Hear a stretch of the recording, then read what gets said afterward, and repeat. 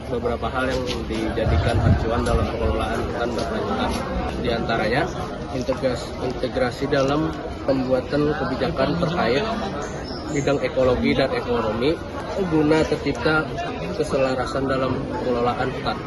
2. Membuat kebijakan terkait eksploitasi dan pembinaan untuk menekan jumlah produksi sumber daya alam. 3. Melakukan pendekatan multidisiplin untuk integrasi usaha pengelolaan menjadi perencanaan wilayah dan tata guna lahan. 2.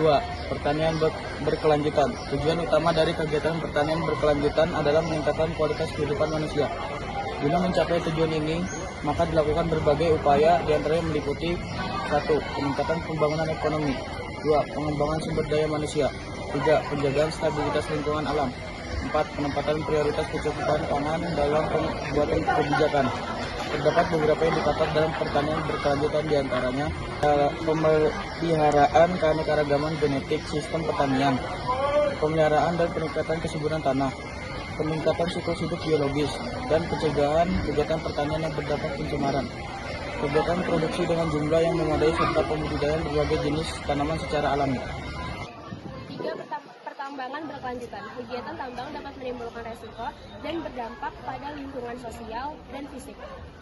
Maka dari itu diperlukan komitmen dari perusahaan yang terhadap nilai-nilai berkelanjutan dan struktur organisasi yang memadai.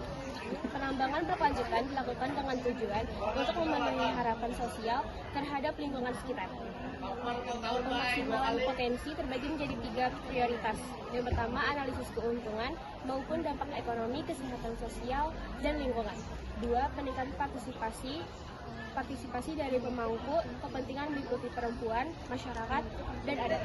3. Penyediaan dukungan teknis dan pembangunan fasilitas dalam praktik pertambangan berkelanjutan.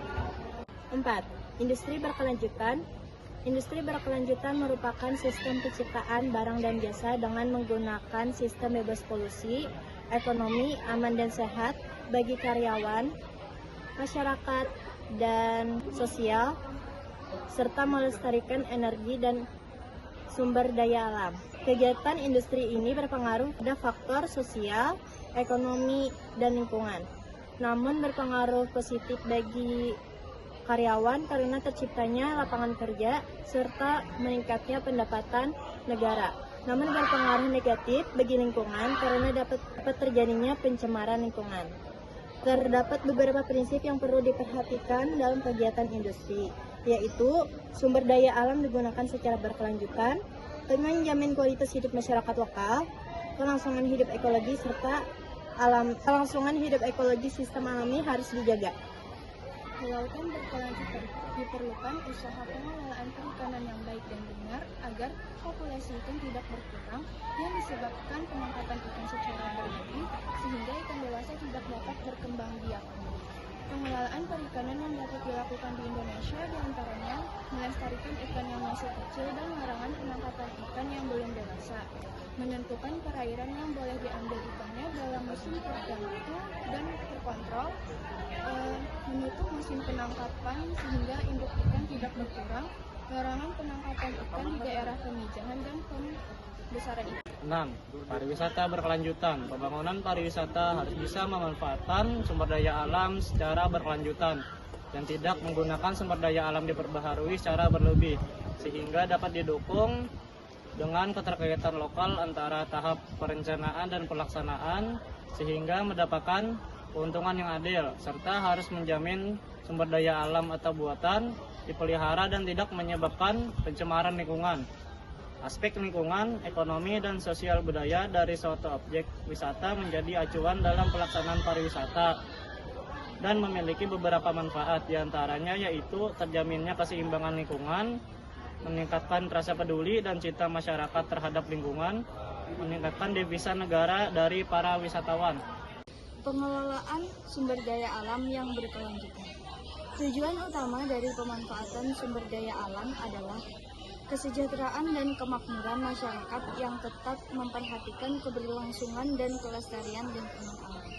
Terdapat 2 tugas ganda yang dimiliki sumber daya alam, yaitu pertama, sebagai penopang sistem kehidupan, Yang kedua, model pertumbuhan dan perkembangan ekonomi.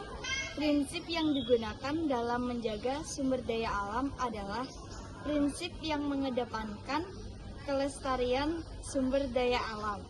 Selain itu, prinsip ekofisien juga mendukung keberlangsungan dan keberhasilan perkembangan sumber daya alam. B. Permasalahan-permasalahan dalam pengelolaan sumber daya alam.